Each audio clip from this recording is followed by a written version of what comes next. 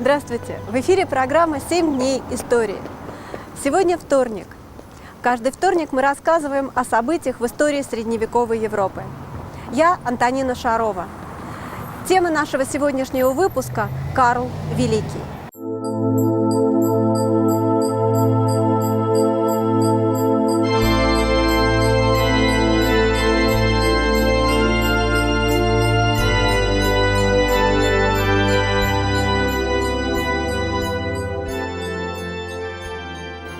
Карл Великий, король и император, создатель первой империи Средневековья, мог остаться в памяти потомков просто как великий завоеватель, тем самым тоже оправдывая свое громкое имя.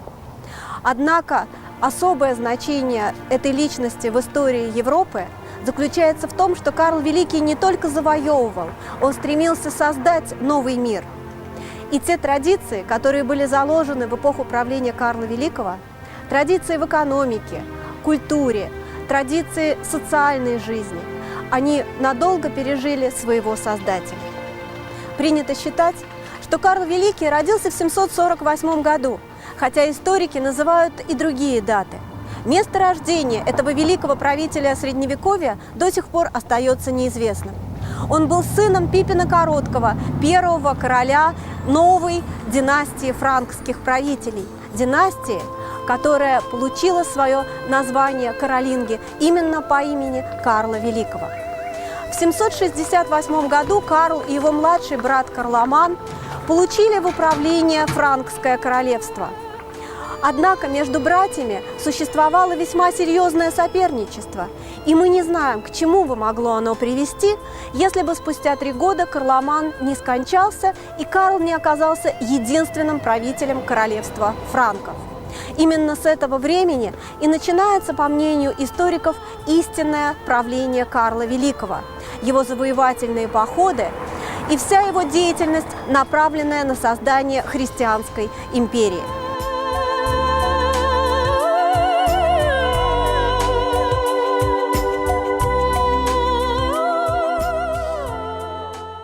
За время своего правления, за 46 лет, Карл Великий и его полководцы совершили более 60 военных походов, присоединив земли Баварии, Саксонии, Тюрингии, захватив земли в Северной Италии, земли Лангобардского королевства, а также потеснив арабов в Северной Испании.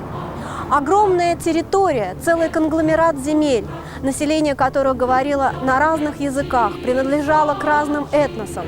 Вся эта территория, конечно, требовала какого-то объединяющего начала.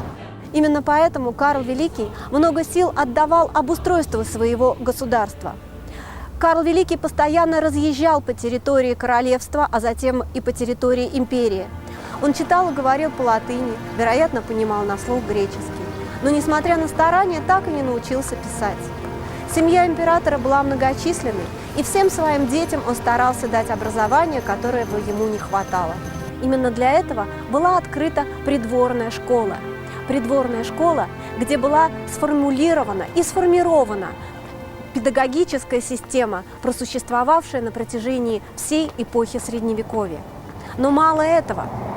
Карл Великий воспринимался многими как истинный покровитель христиан и всей христианской церкви.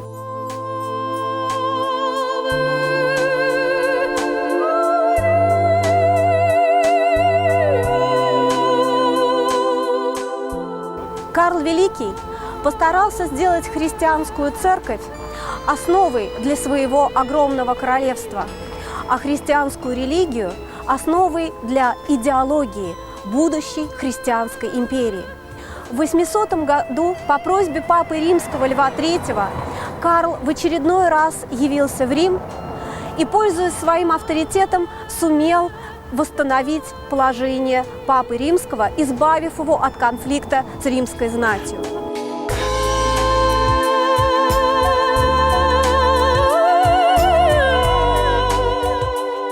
В первый день после Рождества 800 года в соборе Святого Петра в Риме папа римский Лев III возложил на голову Карла императорскую корону. Таким образом, на Западе была восстановлена империя. Восстановленная Римская империя, именно так теперь называлось государство Карла. Но его планы простирались дальше.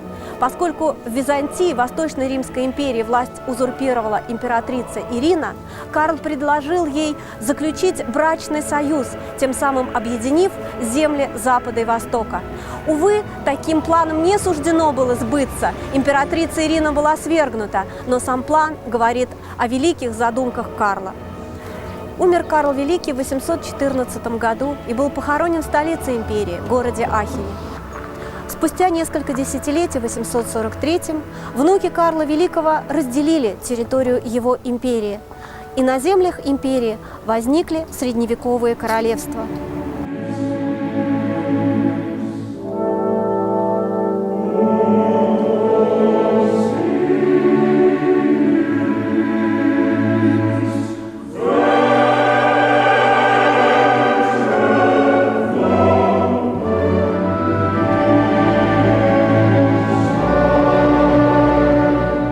Всего доброго! Смотрите нашу программу «7 дней истории». Каждый вторник мы будем рассказывать вам о событиях из истории средневековой Европы. А завтра, в среду, вы узнаете о событиях из истории Азии, Африки, Америки и Австралии. До свидания!